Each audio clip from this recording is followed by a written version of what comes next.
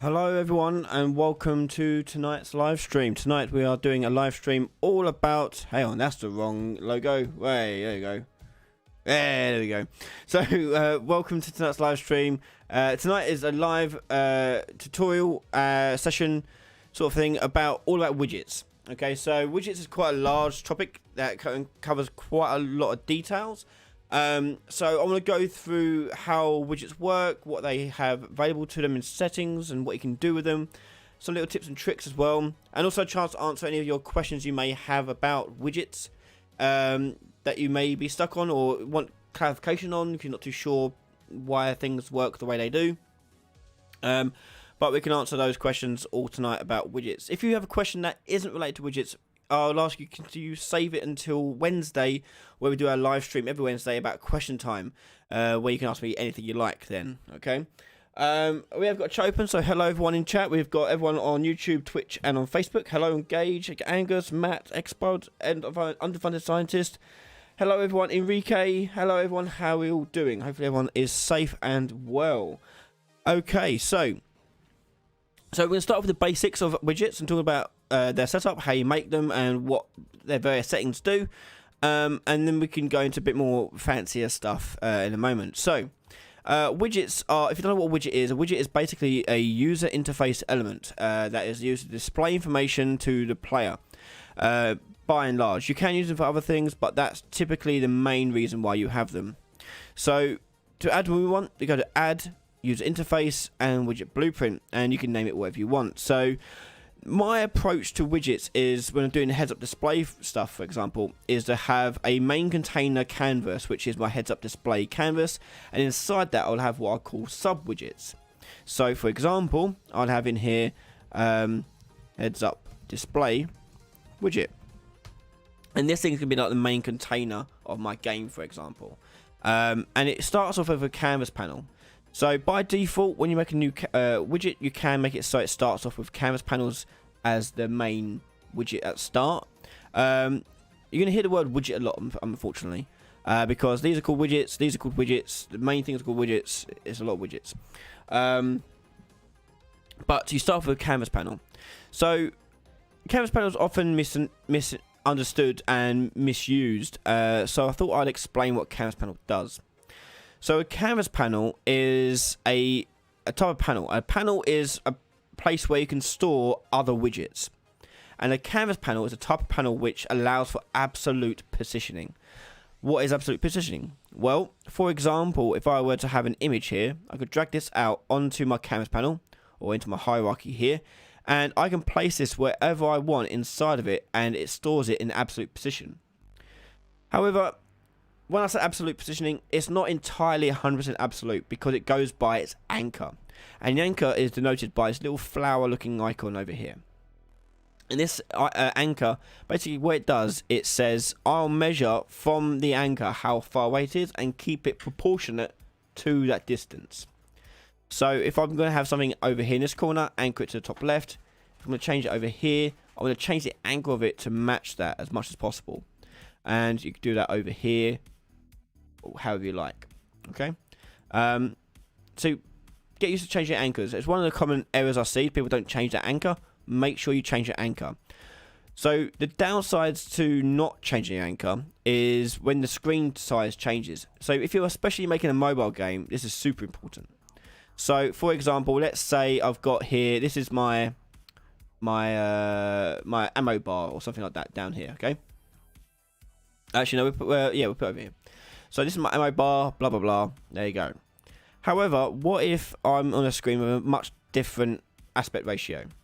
So if I go to screen size up here, I can test it out in different ratios. And you'll see how the spacing of this bar from the edges, it changes quite a lot. So go to tablet, for example. It's now even off the screen. However, if I anchored it, if I go back to the main size, I think the default is 27-inch monitor. Yeah. If I anchor it down to the bottom right here, and then change it to its anchor there, change its size there, you can see how it's kept that position because it's relative to the anchor location. So make sure you do change your anchor and so forth, and especially true if you're doing full screen stuff, as there is an option for full screen anchors. When you do change the anchor, you'll find that the position X, position Y, size X, size Y will change to different values as well as their offsets. So as this anchor changes location, you'll see these values change to match. Okay, and that's because the position is relative to this anchor position here. Okay.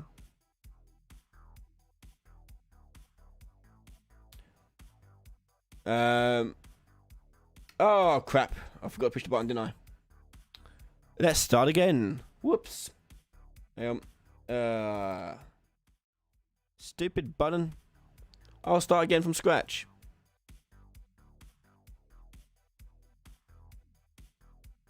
Right, I'll start that again.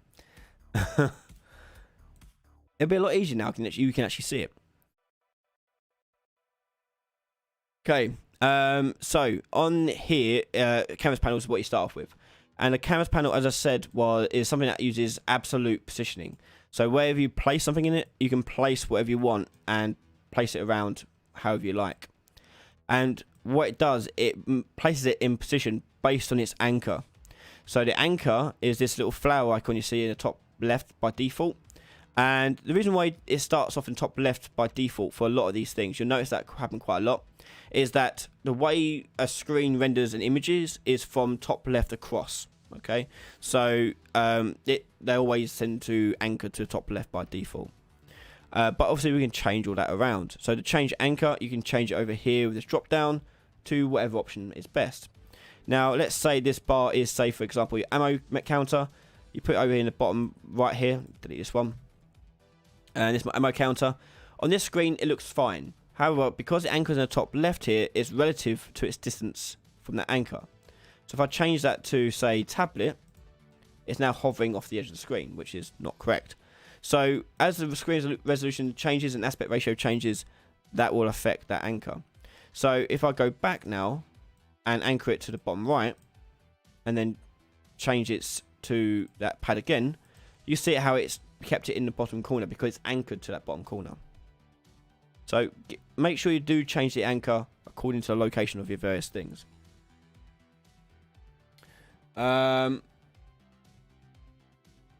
Yeah, we'll laugh at me for not pushing the button. Bear with me. Anchors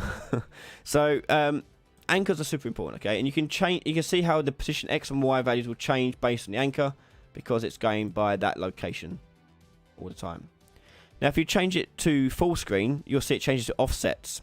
And the offset basically means it's going to stretch the whole entire thing across the whole entire canvas, but with these offsets here. So the offsets by default will change to be whatever current size it is, but obviously we can change this to fill up the whole entire screen if we want. So if we want to fill the whole screen, set each one to 0, 0, 0, like that. Okay. But what if you want to do something in dead center? So dead center there. Let me just change the size of that. Okay. So I'm going to just make it bigger so you can actually see it a bit better. So I've told it to be anchored to the center. Its position is X and Y is 0, 0. Therefore, it's in the center. However, it's not really centered. So as I said, widgets start from the top left all the time. They're aligned to the top left. So you want to change the alignment of this to make it dead centered. So to do that, go to make sure position X and Y are set to 0. The anchor is set to the middle. And then go to alignment and change that to 0.5 in the X and 0.5 in the Y. And that means it will align the whole widget in the middle of its entire shape. So that's it. Some other things to consider. So size the content basically just means change the size to automatically adapt to whatever the content of it is, which could be important for some things. The Z order or Z order is the layer of it. So how far does it render above or below? So let me just swap this out for something else. Let's put border in. And let's change the color of it. Wrong one. Make another one. There we go. Okay, so Z order by default is set to 0. Therefore, it will follow the hierarchy. However, if you change that value so it's higher, what that means is that it will be rendered last. Therefore, be put on top. So if I make this one higher, to like 1, it makes it higher. Likewise, I can put this one at 3, and that one becomes higher, and so on and so forth. So if you want to change the order in some, or how things are layered without having to change their hierarchy, which could be important, you can change the Z order to align with that.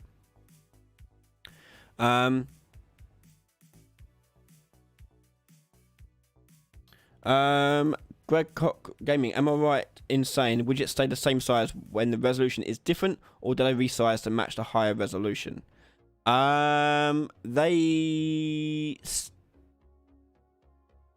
They the same size, I believe.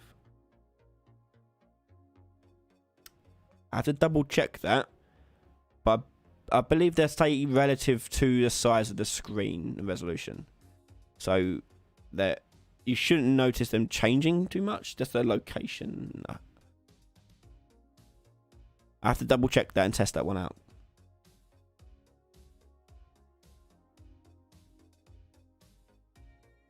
Yeah, the DPI curve, yeah. So they change based on the DPI, which is like the resolution.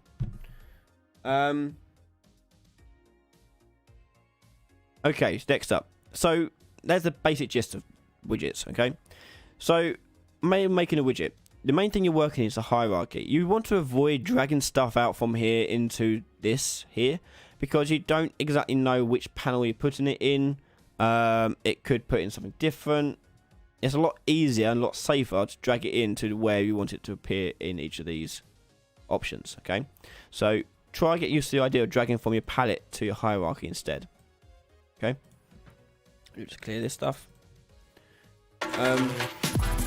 Okay.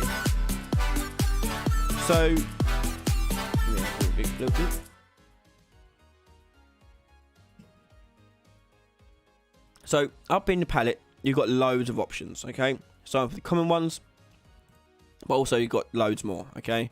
Tons more. And also you can make your own. And we ain't gonna have time to go through all of them, but some key ones you should be getting used to. So the panels are important. The panels are what are going to be containing all your stuff, and they order their contents in very different ways. So we've gone through a canvas panel before. We know what that is. Grid panel and uniform grid panel will lay things out in a grid. Grid panel, you can change the width of every column to be whatever you want, whereas uniform, they're all the same size. Try and show an example of that. So this is a grid panel, and if I put in button into grid,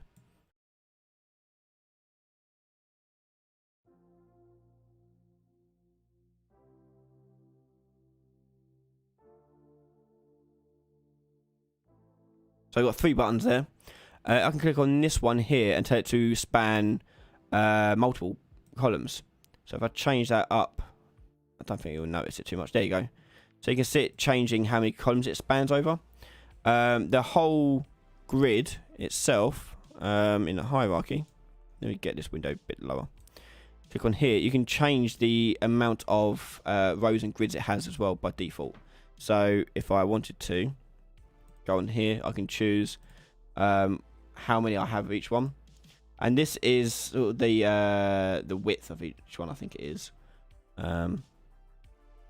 I don't really use the grid one that much. I use the uniform grid's more useful. Yeah. So this is a fill rule. So yeah, if you put them in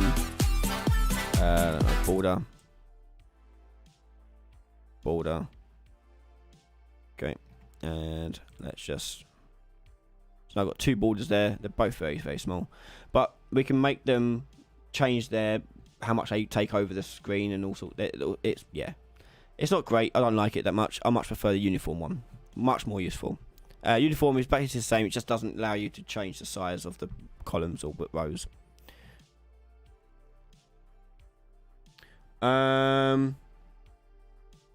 So other things that maybe are quite useful. Okay. Let's say we got a horizontal box. Okay. So horizontal and vertical boxes, they take their content and lay them out horizontally or vertically. So let's say I've got a horizontal box here. And in here, we're going to put in some text. So there's some text there, another text there, another text there. And you may do like this setup for, there's some reasons why you may want to do it like this.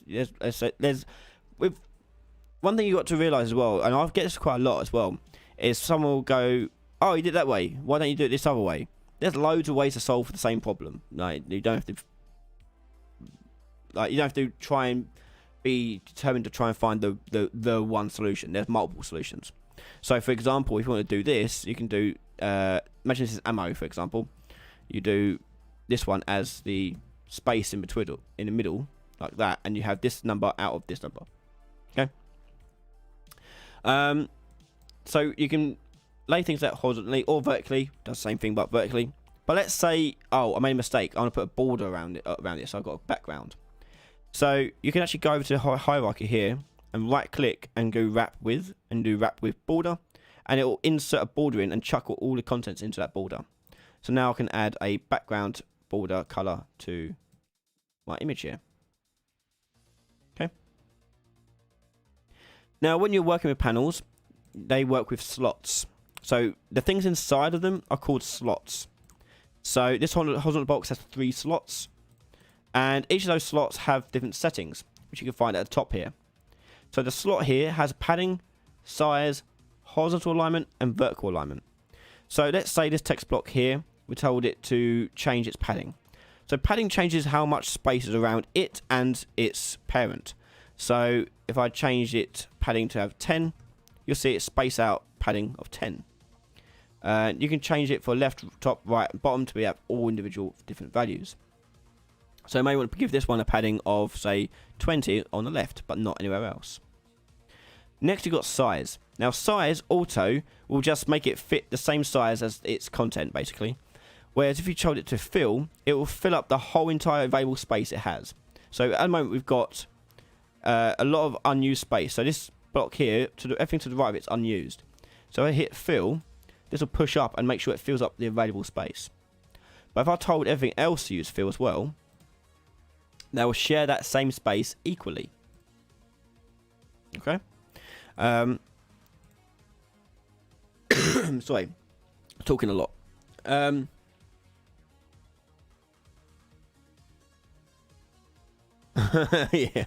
Yeah. Don't make grids with horizontal and vertical boxes. Be there forever. So you got fill up all these spaces, but you can also change the weighting of them as well. So let's say, for example, I want the middle one to be filled, but I want to change how much space it takes. You can actually change that value here. So one means share it evenly, like take up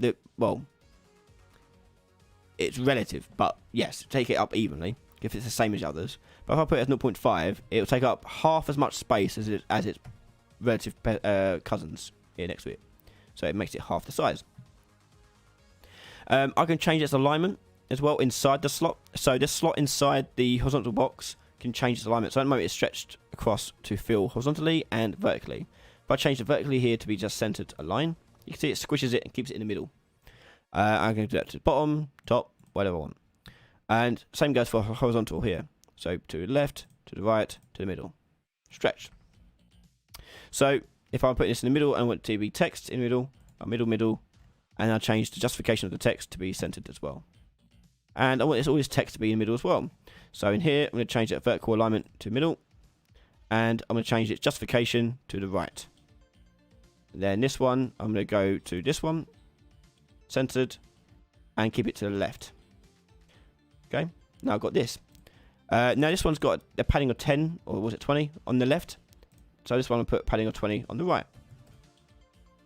And now you've got more of an even sort of spacing across the whole lot. Okay. Along with wrap with, you also have replace with. So let's say I want to get rid of that border. I don't want it. If I hit delete, I could do that. But it may cause some issues if you don't want to do that. But what you can do is you can right click and change it to replace it with a different panel. Or replace it with the child beneath it. So let's say I want to actually make this. Oh, I want to make this a. I don't know. Let's say I want to make this horizontal box a vertical box. I can go replace with vertical box, and it stores it vertically. So we've got 1, 2, 3, the same. Or I'll change it back. Replace with horizontal box. Okay. So it will affect all its contents again because it's all back to normal. But yeah, there you go. Okay. Okay. Right, let's get on to some more fancy stuff. So, let's say sub-widgets. Okay, so let's make a window, okay? So I'm going to delete this content here. And let's make a little window here. So we'll make another widget. And we'll call this window. And this window widget, I'm going to get rid of the canvas panel. We don't want it. The reason I don't want it is because I have no need for absolute positioning. Instead, I'm going to use a vertical box. And this vertical box, I'm going to have in there some text. So text there. And this is going to be window title, for example. I'm also going to have another text in the vertical box here. And this will be, it is an example of some content, blah, blah, blah. There we go. And then we'll have, I don't know, an image, whatever it may be. Yeah, so on and so forth. And let's say leave it like that, okay? But I want the image to take up, actually I want the content to take up all the space. So I'm going to tell this one to fill, and it'll take up fill up the available space. The window title, I'm going to be centered, so I'm going to change that to the center. And center line it, center the text, all that stuff. Okay, and let's put this content to have a padding on top of, say, 50. So now I want to make that image here have a decent size to it. So I'm going to go to its brush, change image size here to be, I don't know, 256 by 256. Okay, but this one I don't want to stretch horizontally, so it'll be centered like that, and vertical line centered as well. I don't know what the image will be. I'm just making stuff up. Okay, so there's my window. I want to put a border in it, so I'm going to right click on my vertical box and wrap with a border. I'm going to go to my border and add a brush color to it, making it black, for example. Or let's make it black, but let's make it alpha of 0.8. So it's sort of see through. My window title though, I'm going to put that into a bar. So I'm going to right click on my window title and wrap with that a border. And that border there, I'm going to stretch and fill that. And change the brush color of that one to be all black with a opacity of 1. Okay, so let's make the size of that a little bit bigger as well. And there we go. Okay, so next I'm going to put in a button that will close this window.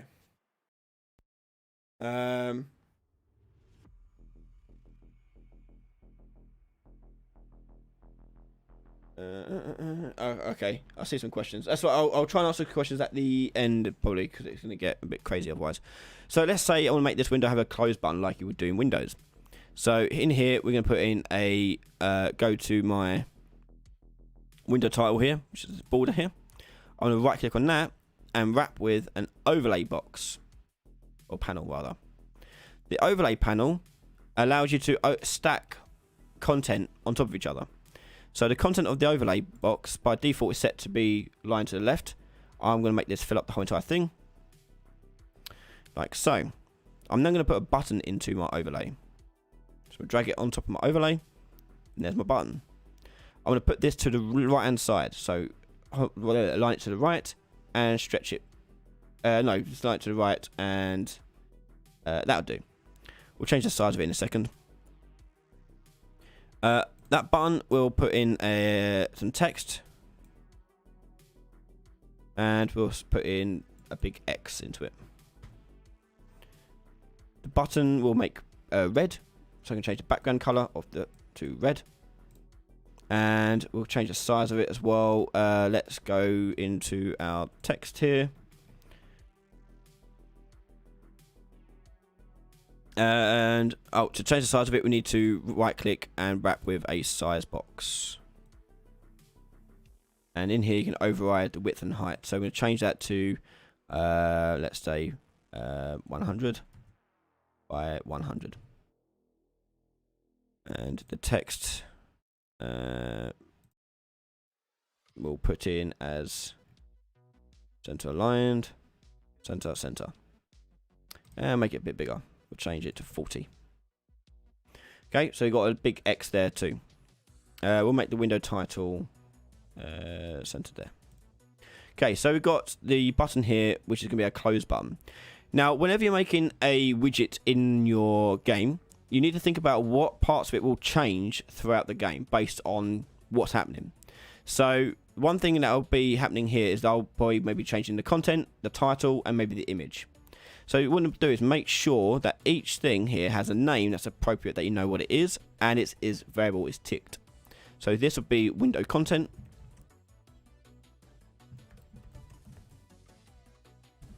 And we tick is variable. Up here, we'll do this as window title. And is variable. And this is going to be window image. And make sure is variable is ticked. And the button will also be ticked too, because it is a button, but you also name it close button. Okay.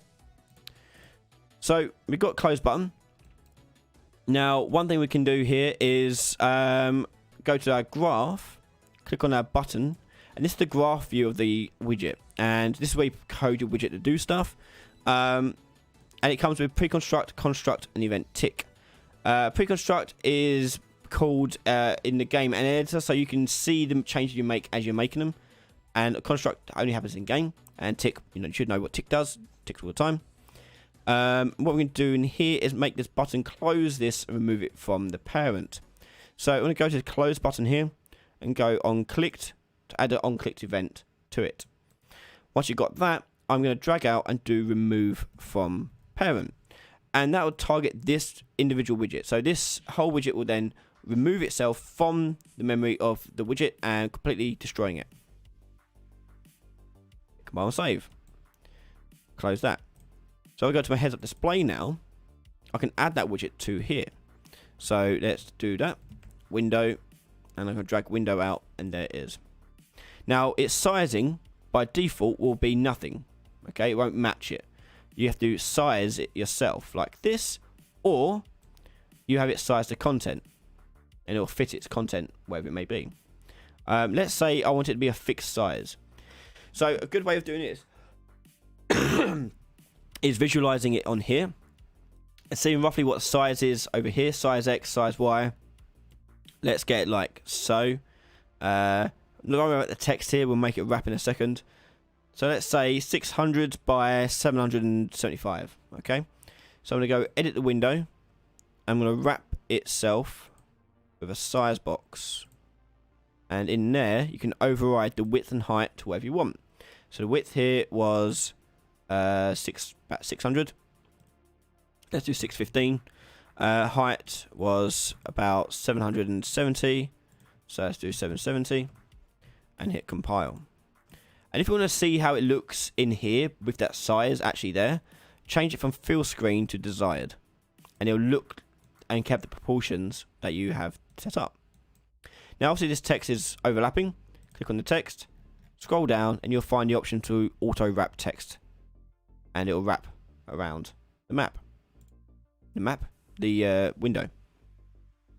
Okay, then in here we can leave it like that and click Side to Content, and that's it. Hit compile and save.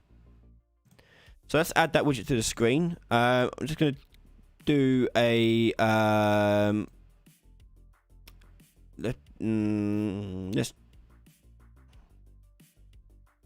let's do a custom player controller for this, because I'm going to show you something else in a second. So make a new custom player controller. You should, by the way, for all your projects, have your own custom player controller.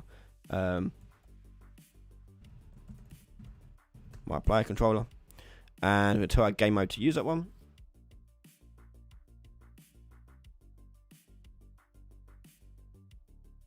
And I'm going to go into my player controller here, event graph, on begin play. We're going to create widget, and we're going to create our heads up display. Going to return value, promote that to a variable, because you'll need to access it later for something else I'm going to show you, and then add that to viewport.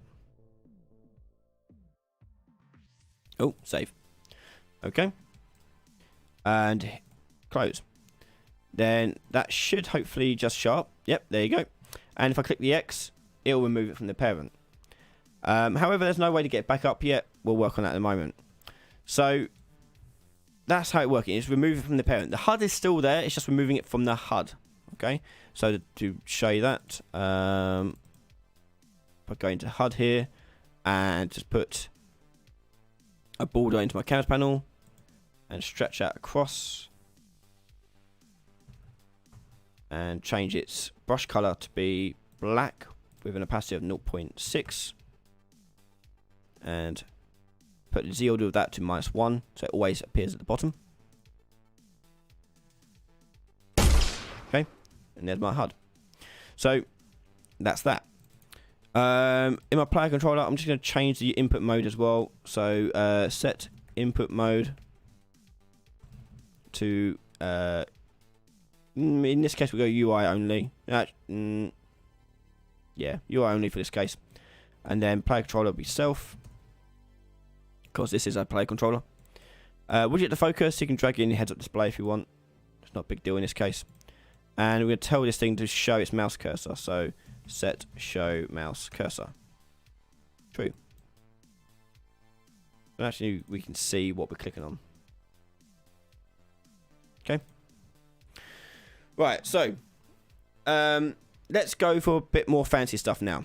Okay, so let's go into our HUD here, and let's say I've got a button at the bottom here that's going to open this window. So I'm going to drag a button in to my canvas panel, and this is going to be anchored to the bottom left, and position Y, change that to 0. Change the alignment, as you can see here, the alignment of it is set to 0, therefore it's at the top. If I change it to 1, it'll push it to the bottom. So it makes it a lot easier and a lot more accurate for you to position it correctly. So size here will go to 100 by 100.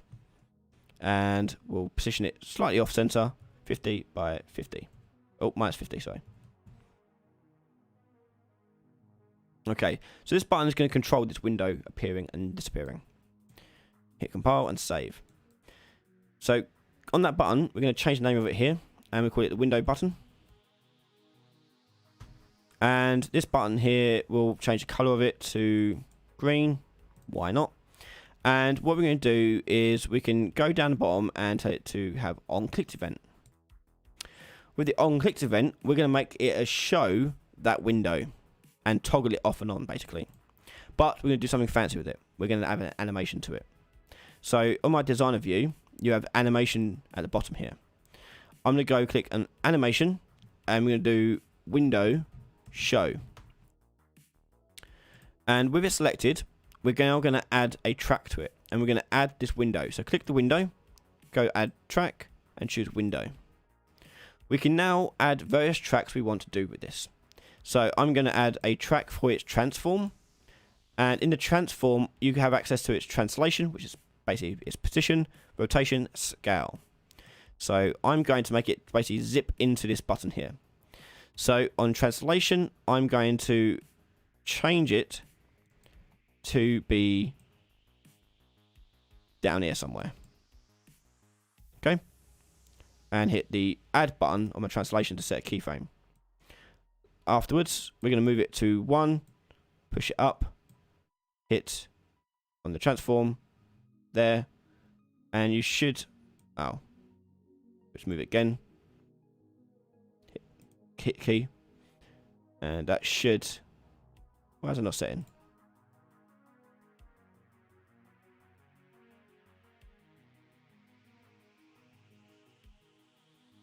Oh wait, yeah, because it's different, sorry, my bad. So that's 0, 0, 0 there.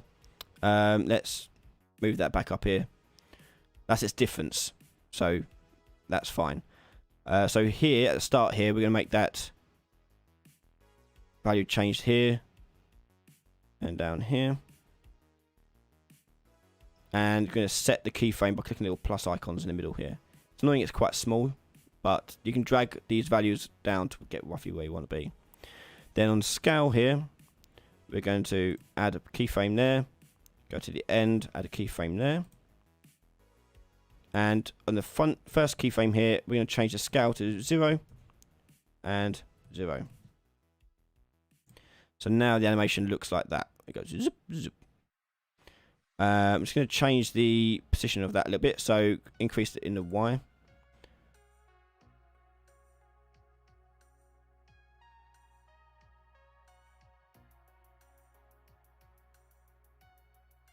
Yeah, there you go. And you can test that animation out with clicking the plus play button. It may be a bit too slow, so I'm just going to pull these in to half a second. And what's wrong with this thing?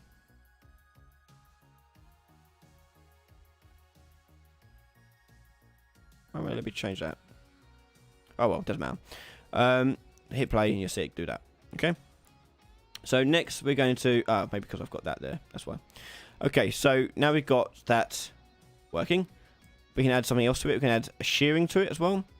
So if I go down here and I can see how I want to shear it. So I'm going to add the end keyframe. That's where it's going to end up. Then down here you can shear it. So we can go like this.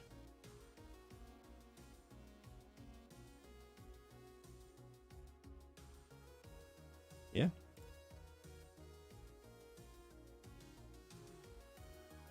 Pretty fun. Okay, so you can add some cool animations. Like that. Okay. So that's for showing the window. So that's the animation setup. So we're happy with that. The other thing I'm going to make it do is make it disappear when it reaches the end here. So I'm going to go add a track for this and choose visibility. And we're going to make a keyframe at the end here. At start, sorry, not at the end. And at start, you want to change it so it is visible. Okay. So it makes it visible by the end. Now you're not going to see much difference here. But what we're going to do is we're going to make it by default not be visible. So we're going to go down here and just change its visibility to hidden. Now it's going to be visible because the animation's doing it, but that is actually hidden. Okay. Hidden. Yeah. Visible, compile, save. So with that done, if we go into the graph now, on-click for window button, we're going to drag out our animation, which should be shown here because we made it. Drag that out and choose play. Hit compile. So let's see that working in action. Like that. Now every time I click it, it's just going to do the same animation. So what I need to do is tell it to show the animation forwards and in reverse based on whether or not it's actually showing already. Or if I click the close button. So we're going to go into our heads-up display and we're going to make on-clicked check, first of all, the visibility of window show. So we're going to say, not window show, the window, which is there. So drag that out and get visibility. Or better yet, just do is visible. There you go. And put that into the branch. And if it is visible, actually tell you what would be better is if we done yeah. So on this you've got a boolean. You can drag that out and do a select. And you want to choose just the blank select one. That's good. Just select with the little yellow arrow icon. Choose that. And then plug the return value into the play mode here. So if it is visible, we're going to tell it to play backwards, in reverse. If it's false and it's not visible, we'll play forwards. So there we go, playing that animation. So let's test that out. And there you go. Oh wait, I didn't make it go back into not visible. Hang on. Oh wait, no, we can't do that. Hang on. Can we do that check?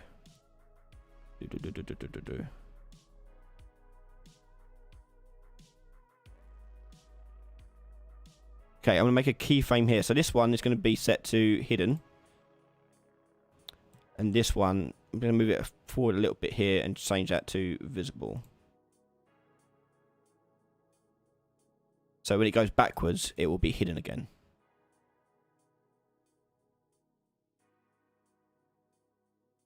Like that.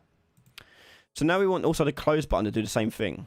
Now we can't just do remove from parent in that case, because we're not removing it from parent, we're just making it small and hidden. So on window, we can't use this. So what do we do instead? Well, what we're going to do is use an event dispatcher. Now this is where it gets really cool, because you can use event dispatchers to communicate between different widgets. So in this case, we're going to make an event dispatcher here, call it close window. I can drag this out and choose call. Then on my heads up display widget in the graph, we go to the construct event, and on construct I'm going to drag my window out and then bind event to close window, the one we just made. And the event we're going to bind it to is this on clicked. Now you could just drag the line from there to there. If you don't want to do that, you can also do create event and then choose it from the drop down. So that will be on clicked. Yeah, you should be able to. No? Okay, never mind. We'll just drag it from there. And there you go. Okay. So what will happen now is when we click on that window. Oh wait, make a custom event. Sorry, make a custom event and call it close toggle window. We call it toggle window, and then plug that in to there. So it does the same thing. And that one you can use create event on. That's where I got confused on. So you can use toggle window there. So if you don't want to drag a line out everywhere, you can just do that instead. Okay, so now, because it's going to be doing that call, I can click up here and it'll do the exact same thing. So without having to do too much coding, we made it just basically say, when you click the button, shout out and say, hey, we're trying to close the window, do what you want to do with it. And the heads up display is saying, okay, at the start of the game, bind this event to whenever this hears close window. And when it does, it's going to toggle the window, which basically does the same thing as on clicked. And there you go. So this play animation node plays animation of window show in forward or reverse based on whether or not it is visible, and visibility has been changed whilst it's animated. So you're not removing it at all; it's still there. It's just gone down. I mean, you could make it go down, be removed from parent if you want at the end, but you don't have to.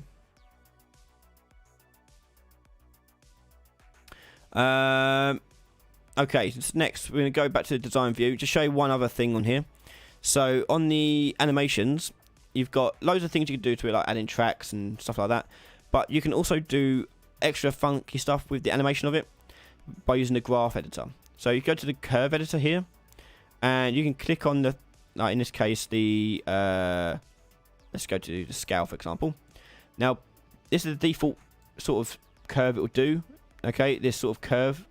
You can make it linear, or you can add extra curves to it, whatever you want to do. So you can make it linear. You select the keys, and up here you've got make linear. Yeah, and make it a dead straight line. So it's a constant rate of change. Okay, nothing. It doesn't go woo. It's straight to the point.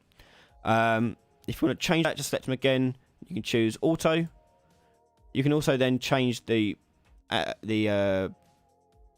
handles here to add and change things. So if you want it to be a bit loopy, like this, what that'll do is something quite fun. It does that little whoa bit, and you can change that to be really high if you want. Get really cartoony. Likewise, you can also do other stuff with it and stretch out this handle even further. If you right click and select it, you can change it to be weighted, and you can change it to whatever length you want. So if you want it to have like a quick start and then slow end, you can customize it that way too. And you can just customize the shape however you like, really.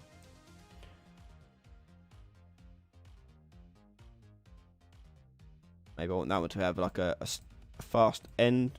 I'll do that sort of shape there.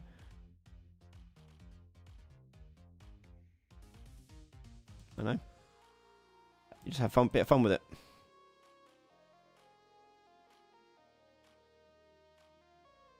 Oh, hello. Did something. What did I click on? There we go. Yeah, you got various things you can do with it. And if you want to get it back, just select both and hit the auto one, and it will make it automatically wherever it wants. But that's generally animations done. You can add multiple, obviously. You can do whatever you want with them. Add various different tracks. You can make multiple things animate at the same time. Whatever you want to do. So maybe I want to change like the width of this button, for example. I can add that track to it as well. Window button, add track, transform, and change its scale in the Y by a value. And this one will be like that, and when it gets to the end, we'll make it equal 0.6. So it equals like, it's like nice and thin, like it's been deflated. So you get that.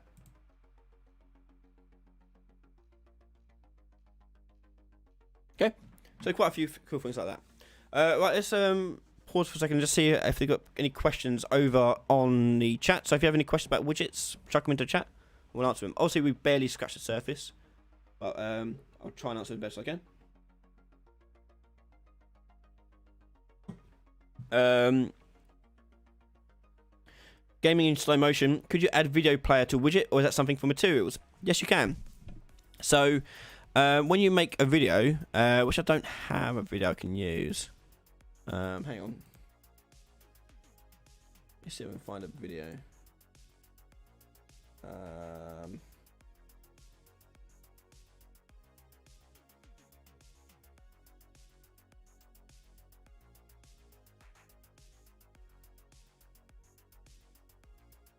So if I put in this video here, the Jigsaw preview, with the new series coming out soon, it'll import that in,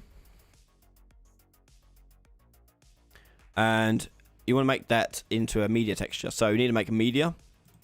So you get media player, and we want the asset output as well.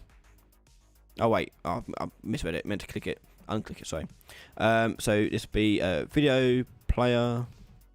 What? Oh, there it is. Sorry, I did click it right. So once you got that, it gives you a texture, which will be where the video is played. You can then right click on that and create material. And on the material, you want to change it so that it is a UI domain. So material domain to UI user interface. Then plug that into there.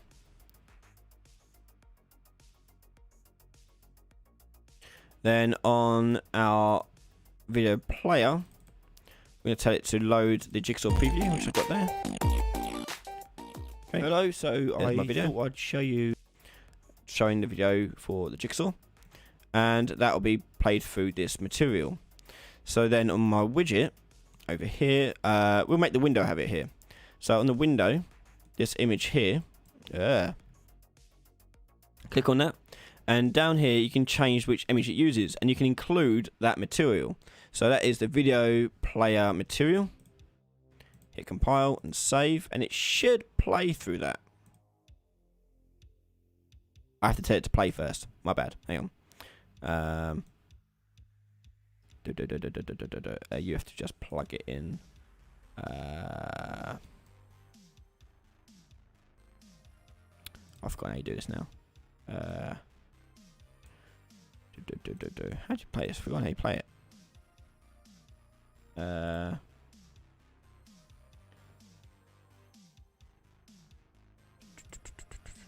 Just drag that out. I'm missing something. That's the texture. That's that. What have I forgotten?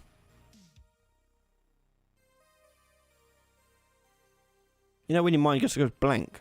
What have I forgotten?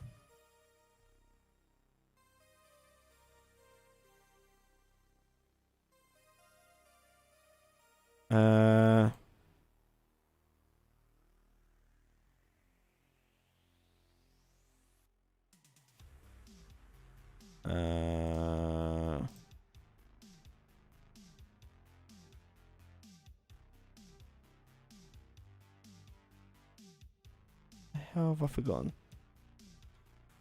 Media player.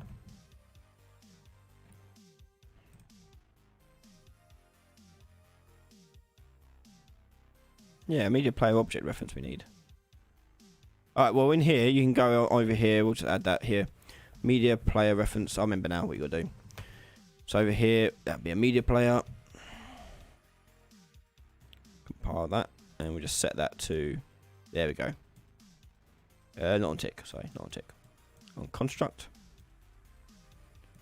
Compile, and that'll be, there you go.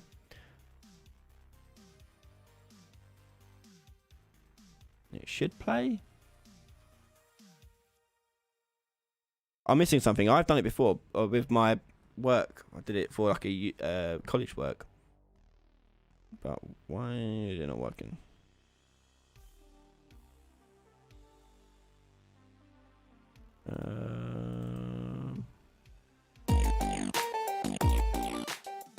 Hello, so I thought I'd show you.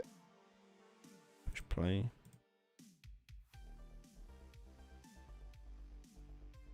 It's black now. It might be the size of it, maybe a bit off. I don't know, I must have something out. Oh, yeah. I know. Thank you. Thank you, Peter. That's right. So what you got before you do that, you have to set the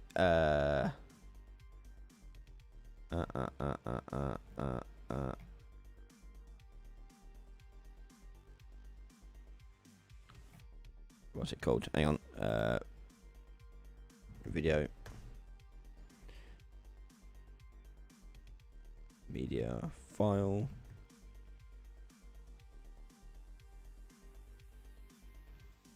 It's just set. Oh, I can't remember what it's called now. Set.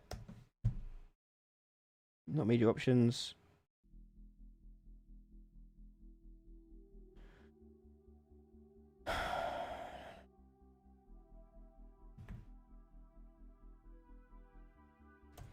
Cannot record a damn thing.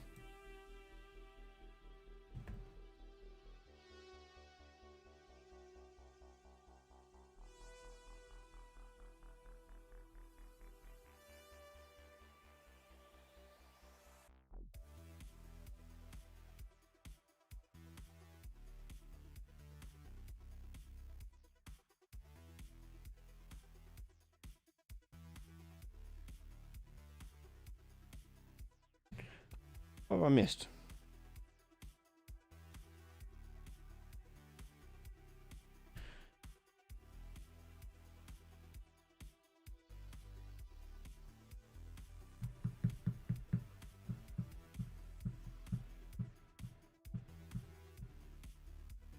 Start.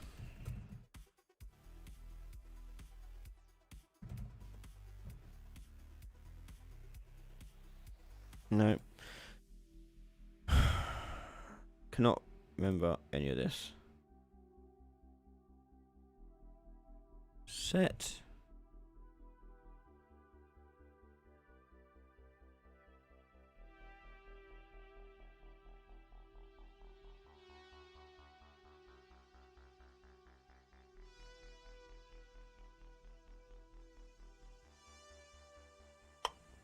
No. I've done wrong.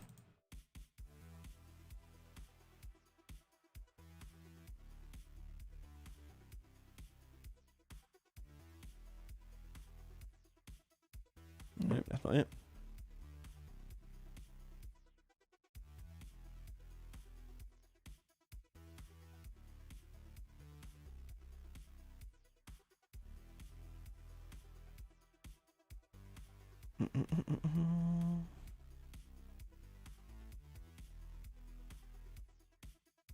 It's not. It was meant to be recorded last week, Eric's, but I was ill, so I forgot to change that a little bit. Open source node. That's what it is. That rings bells. Open. So that's it. Thank you. Bloody thing. There you go. Then you do that. Thank you, whoever that was.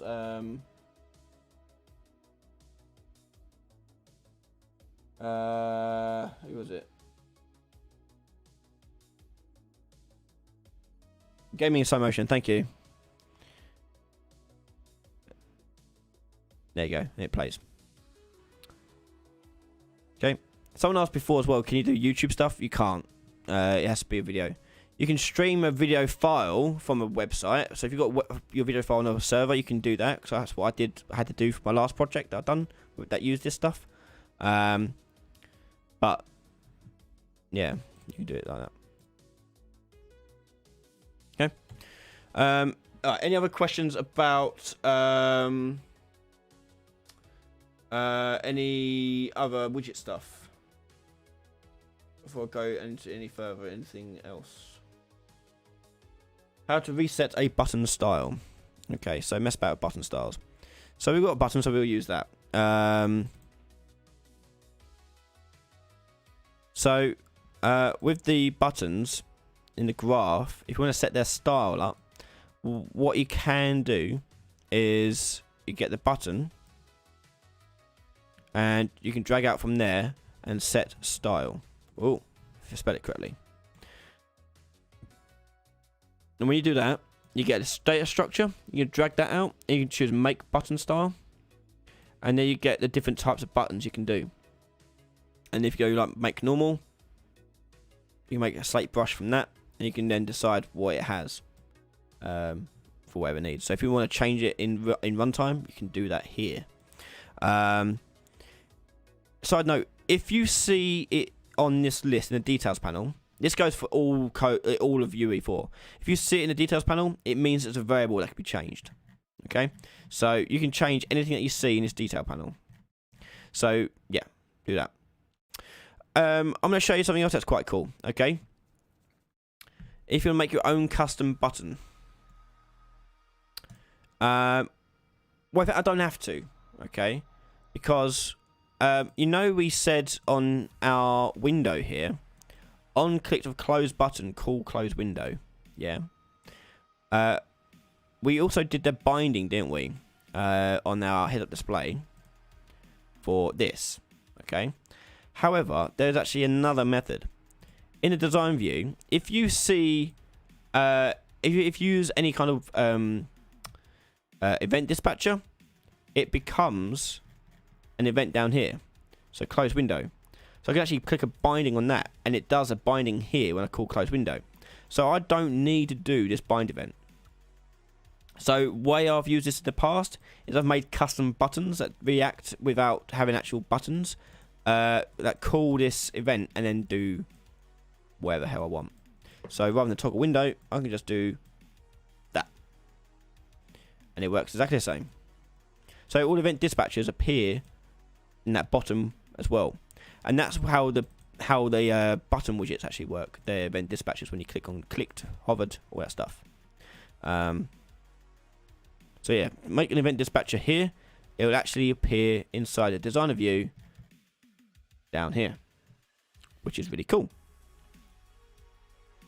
So I haven't got an example to show you right now, but way I've used that in the past is when I've changed focus on. We'll go to the focus in a second. When I've changed focus onto something else, and I want to take a gamepad input from it, like press B to go back, I can bind that event to close the button the same way as do anything else. So event dispatchers are really handy for that sort of direction. Okay, so shall we talk about focus stuff? I mean, what does focus means? Because if you're doing gamepad input, focus is quite important. So hang on, let me get a controller. Bear with.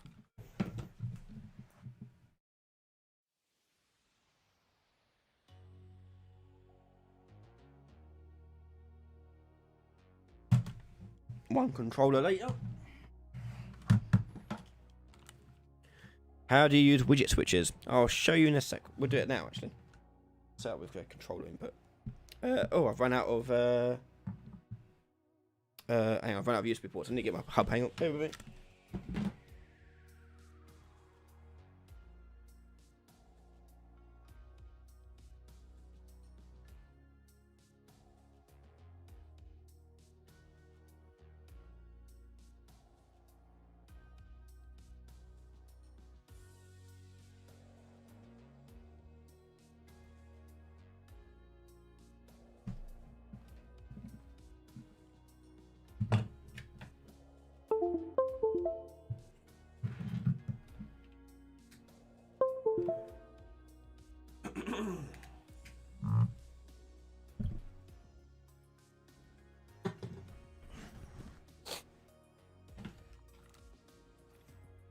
Okay, one controller plugged in. So let's do a widget switcher. So, and make it work with the shoulder buttons. So in here, we need to put in a panel for our widget switcher. And this is how you do like tabbed stuff. So my widget switcher here, we'll just drag that out. Okay. And on this, I'm going to add, also wrap it with a vertical box. And that vertical box is going to have the widget switcher fill the whole entire space. So click fill. It'll fill the whole space. I'm going to get rid of this timeline now. And in that vertical box, I'm going to also have a horizontal box. Like so. And put that at the top. So horizontal box at the top and then widget switcher in the middle. So the horizontal box is going to have the tabs in it. So let's say they're buttons, for example. So put a button there with some text. And we'll call this tab 1. And put the text in there. Menu 1.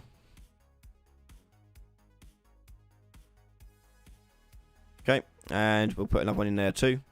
And we'll just duplicate that. Duplicate that. There we go. And do that a couple more times.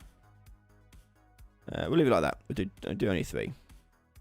So it's tab 2.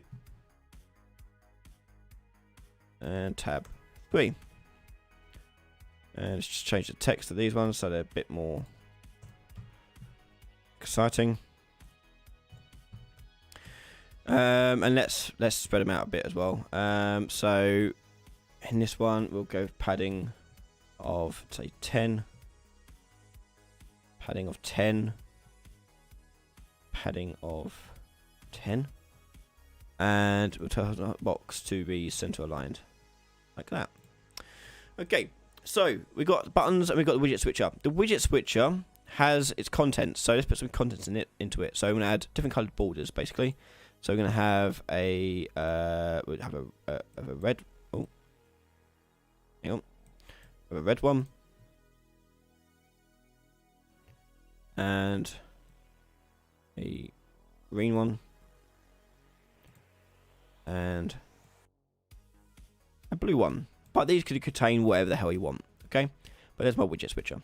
So in my widget switcher, what happens is when you have a value in here called active widget index. So you can see here, active widget index set by default to be 0. 0 refers to the first child. 1 is this next one. 2 is the next one. So you change that number based on what you want it to do. Okay. So next we're going to go into our graph here. Well, not graph. We're going to go to these buttons here. So I'm going to tie these buttons to our widget switcher. So what I can actually do, here's a little tip for you. I can dynamically do this quite easily. So I click on here on button 1. I'm going to actually, let's be very clever with this. I'll show you what I actually would do. So this would be menu tab. And the menu tab will have, get rid of that, have a button, have some text on it, and the button will make see-through. The text will make it say whatever we want in a second. The button here, we'll call it tab button. Let's actually be clever about this, okay? So this is how I would do this. So I have a tab button and tab text, okay? Pretty simple. Then on the graph, I'm going to have on here tab text. And that'll be a text value. And I'm going to change the tab text inside the button to whatever I want. So to do that, I tick is variable. Remember, if it changes at all, you need to make it variable. So this will be a tab button text. Go to graph, drag that out on the pre-construct, and then set the text of that to our variable here. Now you want to do that here rather than bind it. Binding means it's going to always check it to see if it's changed, whereas this is not going to change, it's going to stay the same. So we're just going to bind it on the construct and do it once, and that's it. So I'm going to click on my tab text here. I'm going to click on instance editable. Hit compile. I'm then also going to do an event dispatcher. Now the event dispatcher, I'm going to go in here and to call this one tab clicked. And tab clicked is going to be bound and called on when that button is clicked. So I'm going to go in button on clicked and then call tab clicked. However, when we call tab clicked, we're going to do something else. The tab we're going to call out here is going to be which tab it is. So on the tab here, go to new input and choose the tab you want to output here. So you're going to do a tab variable type, and based on this menu tab type here, menu tab. So it's going to have a reference to itself. So when it calls this, it's going to say, hey, I've been clicked. I'm the one that's been clicked. And it'll do that. Hit that. When it does that, well,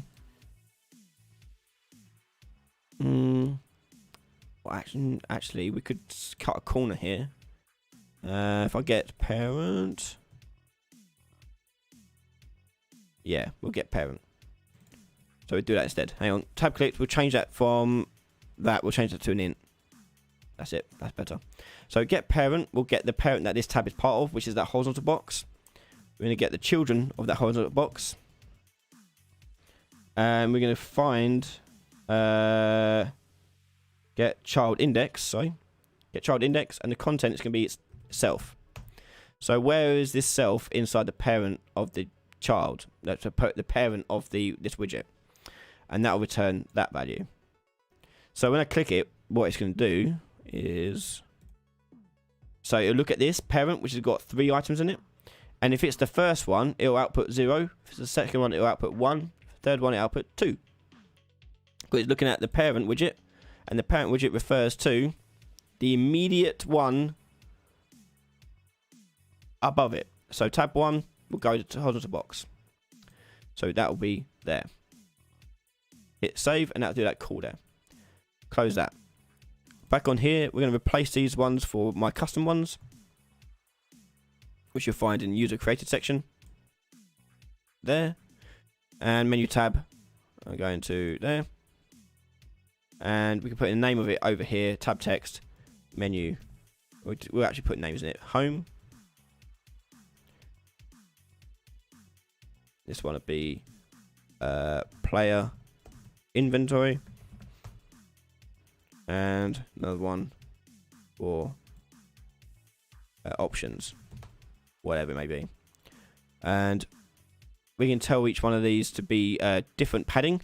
So another shortcut that might save you some time is if you want to add padding to all similar like pieces, like our menu tabs here, rather than do it one by one, I can go to the actual menu tab, click on the root node, which is this one, and go to padding here, and I can add padding to it. So on the left here, I'm going to add padding of 10, and on the right, padding of 10. Hit compile, go back to here. So you'll notice they won't change yet. That's because it's been set with the previous setting. So change it to padding here, click that little arrow to reset defaults, and it'll reset each one. Okay, now to hook up those tabs to our widget. So I'm going to click on the first one, and as I said, if you make an event dispatcher, it adds it to the bottom here. Tab clicked. Click on that. We get this. Drag a widget switcher out. Set active index to there. And I'll do that for each one. So there. Tab clicked. And it'd be the exact same code. And we need it for a third one, so... Oh, I accidentally moved it.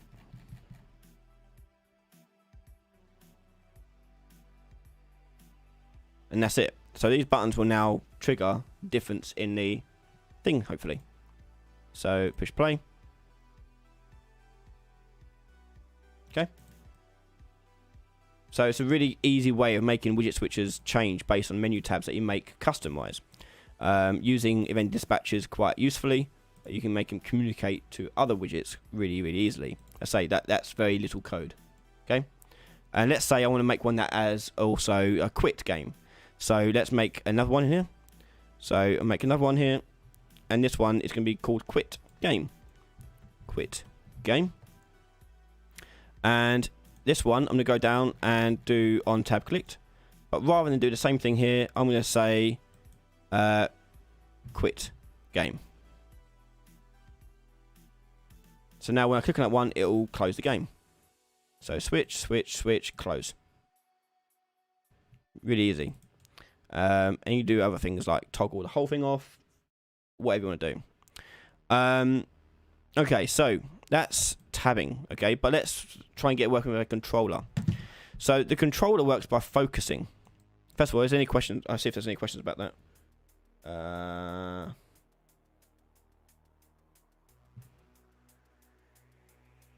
Nope. Okay, so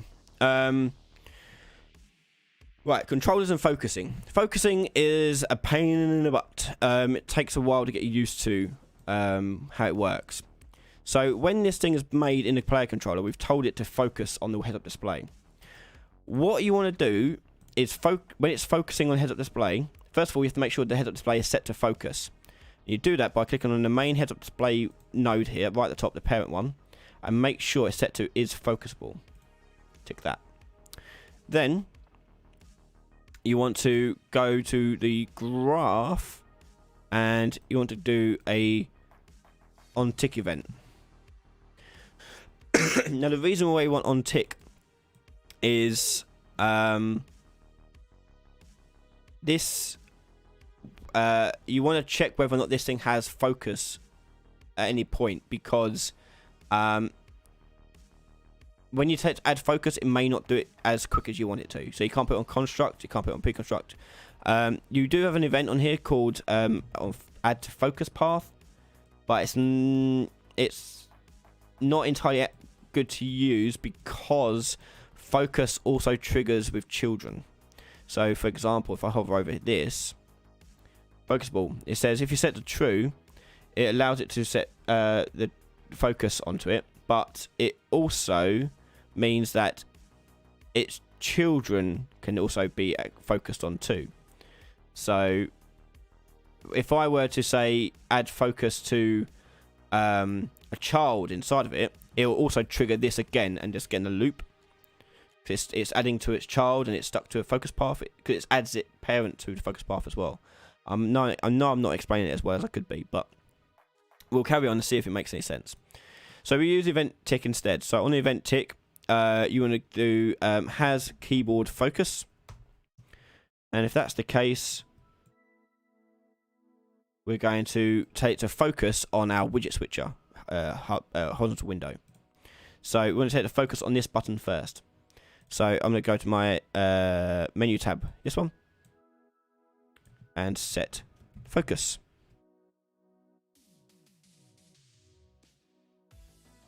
Like that. And it should work.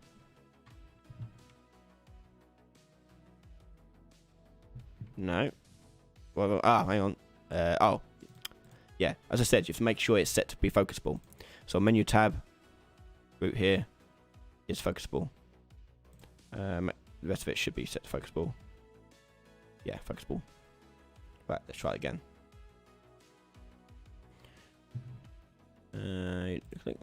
Not going to work. As I said, focusing sucks. It takes a while to get used to. Does not support. Oh, wait, it's because I... Hang on. It's because I changed it afterwards. I've added it. So I need to go back in here and tick them all to be true. Hang on. Yeah, if you make any changes to the parent route, it won't affect anything that you've placed in it so far. You have to go back and set the reset defaults thing. Right, let's try that again. There you go. So now I've got focus. I can move I'm using the D-pad of my controller to maneuver between each point. And I can click the A button to select those points without doing any coding. It does it all for you. Okay. By default, A will select, like on the Xbox controller, A will select the button that you're on, if it is a button. Okay. Quick game. Well, quick game. So that's it set in focus. But what if you want to change its appearance when it has received focus? So you go to menu tab here, and gonna go on here, and we're gonna go and say focus, and you'll see on added to focus path and focus lost. I think they're the right ones. Hang on, can't remember now. So if it is focused here, we're going to change the text. So get text. Not that one, sorry. This one. Actual widget. And then set font. And we're going to make slate font info. And I want to... That's not right. Not font. Color. Change color. Set color. There you go. Set color. Make color. And we'll choose orange. Okay. And we'll do on lost focus. So type in focus. And it's the event right at the top. Focus lost. We're going to set it back to white. So same thing here. Ooh.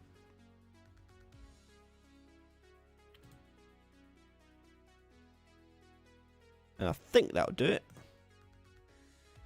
So now I'm moving the D-pad across. And it's not focus lost then, is it? Focus. Remove from focus path. That one.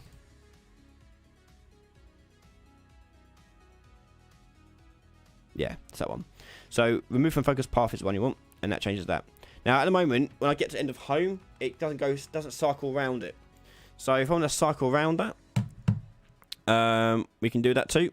So go to heads up display, click on the home button, scroll down till you see navigation. Now navigation is how you control where things go from where you push buttons. So if I were to push right and left, it'll move to the next one in its sort of like, I don't know how it works out, but basically inside of its own panel. If you choose it to escape left, up and down, it'll go to a panel that is attached to it. And if there's something focusable in it. So at the moment they're set by default to all escape. But on home here, if I take it to go left, rather than escape, I can change it to explicit. And from there, I can choose which widget it goes to. So I want to go to quick game. So I want it to go to... It should be able to just choose that. Why can't I choose that? I think this is a bit broken in 2.6 because when I was working on this the other day in 2.6, it was still giving me issues. Yes. Yeah, back up. Home.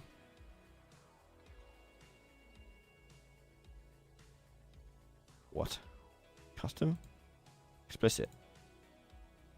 You should be able to choose it from there.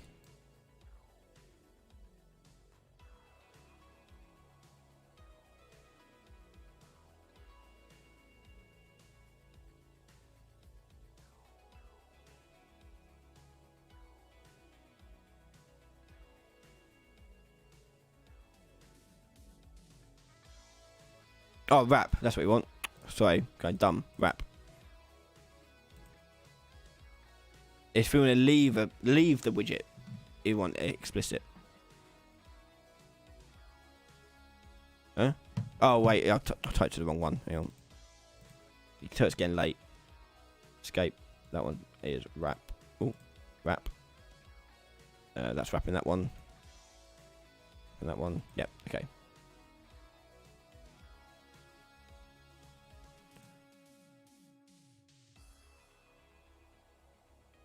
Oh, don't tell me it's frozen.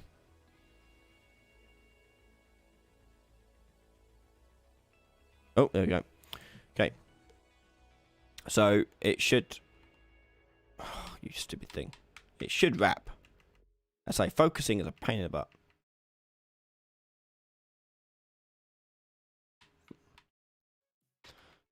Okay. Don't know why that's not doing that.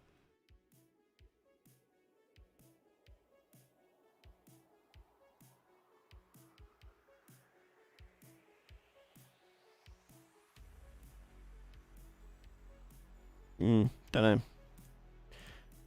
You can also do custom, and custom means you can put in a function that does something when you do that. I just don't know why that chooses not to do that. Wrap means it should just go back to the end of the current horizontal box. It should go to the other end of it. But it's not having it. Can you remove the dashed line? Yes. Go to edit. Project settings, and maybe it might be editor settings. I can't remember which one it is now. So you type in navigation, and it is render focus rule for engine user interface. Change that to never, and it gets rid of that dashed line.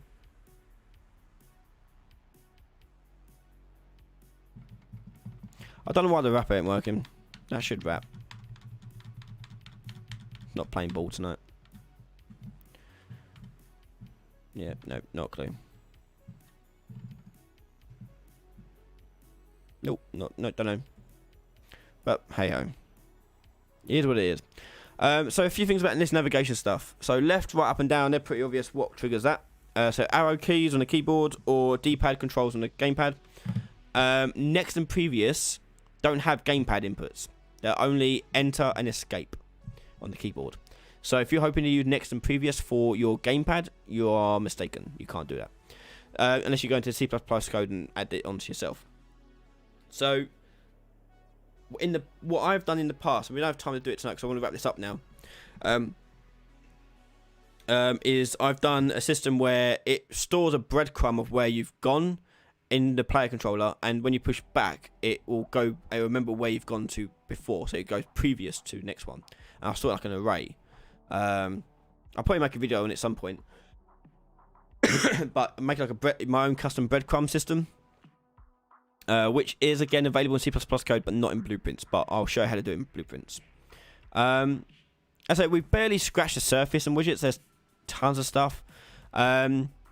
The focusing stuff is the biggest pain in the butt people find.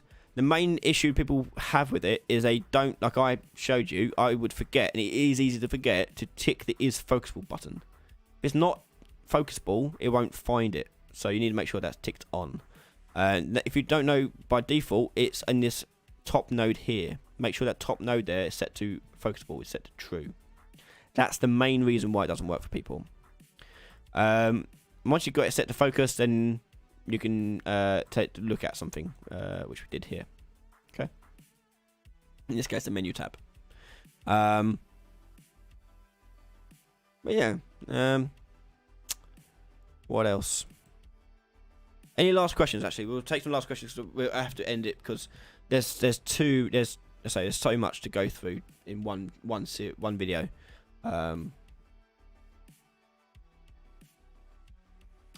Is this going to be archived? Yes. So the archive of this footage will be available to Patreon members for 2 weeks, and then everyone else a week at that point. Yeah, there's a ton of stuff that isn't exposed to UMG. I've also in the past made custom stuff too. Like in here, I'll show you one little thing. Did you knows? If you want to make something special, like your custom sort of button in here, you can make your own button class in here. So you got widgets, click on button, select, and there you got your own button here. And you can name it whatever you want. You can make it have different styles if you want. So if you want a set button that does something, you got functions you can add to it, all sorts of things. But you can add whatever you want to it here, and to save you, if you're doing the same thing over and over again, you can just do it there, and you'll find it in a design view. If you search for it, so it's new blueprint. I called it. There you go, and there it is, new blueprint. Okay, type of button. So if I put that in there, it's there. I can click on it and change all the different things on it. Yeah, so you can do stuff like that too. I've also done it with so made a function made it do something when something's called in another in the widget blueprint. So for example, if you had a function here called button summoned or whatever, I don't know, whatever I call it, you can do something in here. You drag that out. You can then in the graph get that and call button summoned and do whatever you want to do with it. So I've done something in the past, for example, doing a radial menu and making it lay out the buttons dynamically at the start by placing them in a circle by using complicated maths.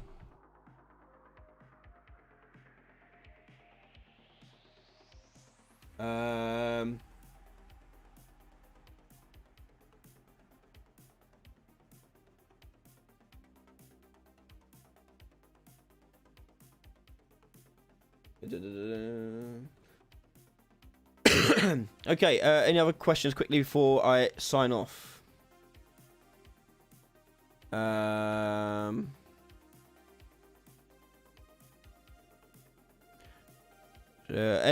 would you go about making a Far Cry style health bar, a segmented health bar that only auto regenerates the current segment, and you can upgrade to add more segments? The best way of doing that is having probably a series of progress bars. That'd probably be the easiest way of doing it, probably. And when your health is like up to like 5, for example, you can generate the health progress bars accordingly. So that'd be like horizontal box.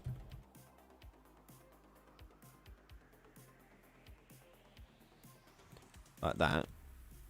And then you have where is it?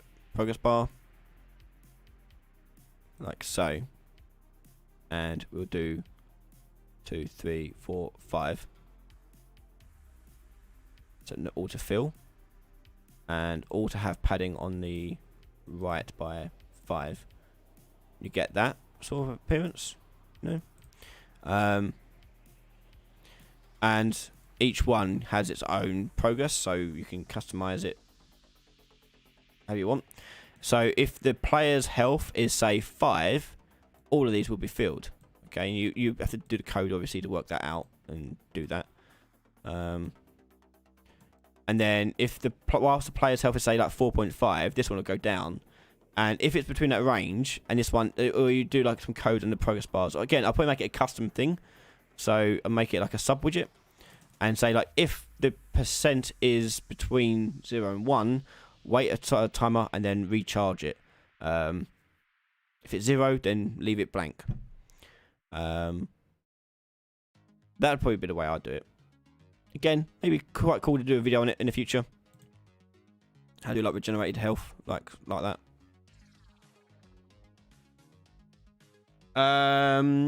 Is it better to hide the UI instead of removing it? Just keep it hidden, like all the options are the main menu.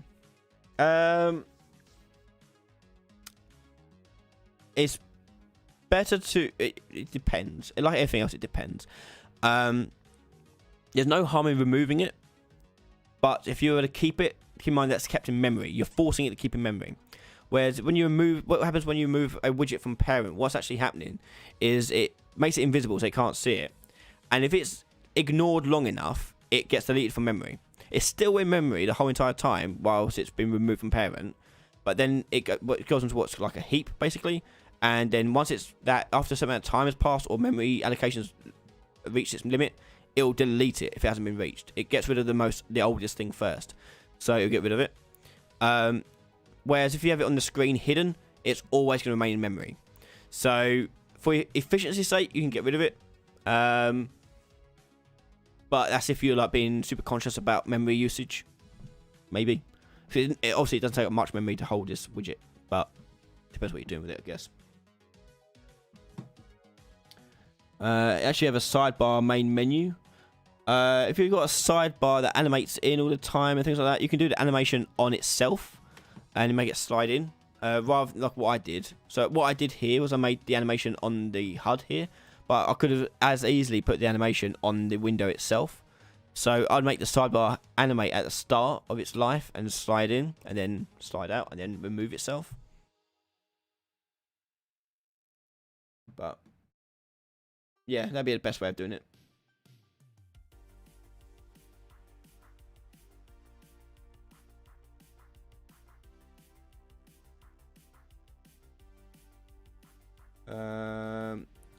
Scott asking, is it possible to call animations or functions from a widget component, or to use a widget component to get a widget object reference?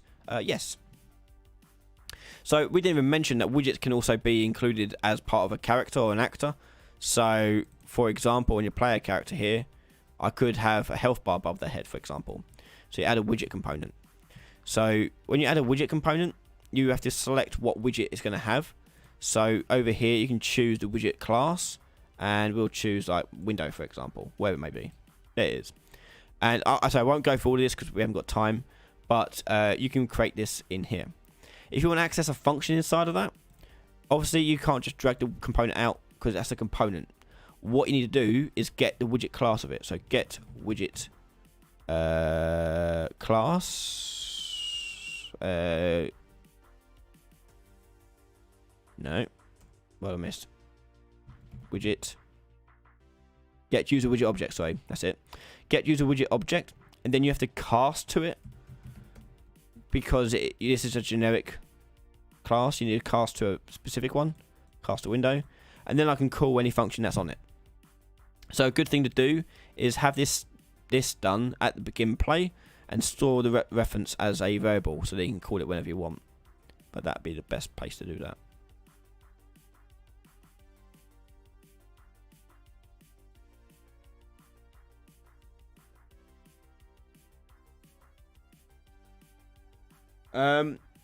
Okay, I think we're going to end it there then. Thank you very much, everyone, for coming by. Hopefully you've picked up at least one thing. As I said, widgets is such a large topic, and this won't be the only time we touch upon it. There'll be future videos, future live streams where we talk about it as well, and in more detail. So, thank you very much for coming by.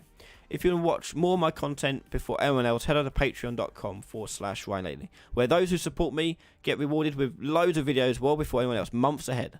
They're getting towards the end of the Stealth AI series and to the end of the building series, and they're going to get the Jigsaw making series this month as well as the start of another AI series coming out soon as well. So lots of cool stuff coming their way. So big thank you to all my patrons for their continued support.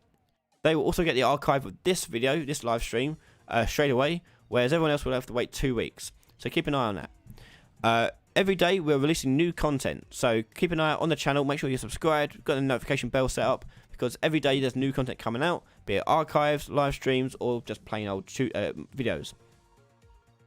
Other than that, thank you very much for coming by, and as always, it's been fun.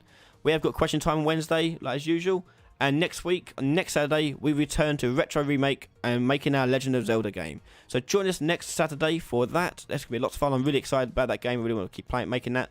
Lots of fun. Come by and watch me try and remake a Zelda Link to the Past. So thank you very much for coming by, and I'll see you all next time. Bye, everyone.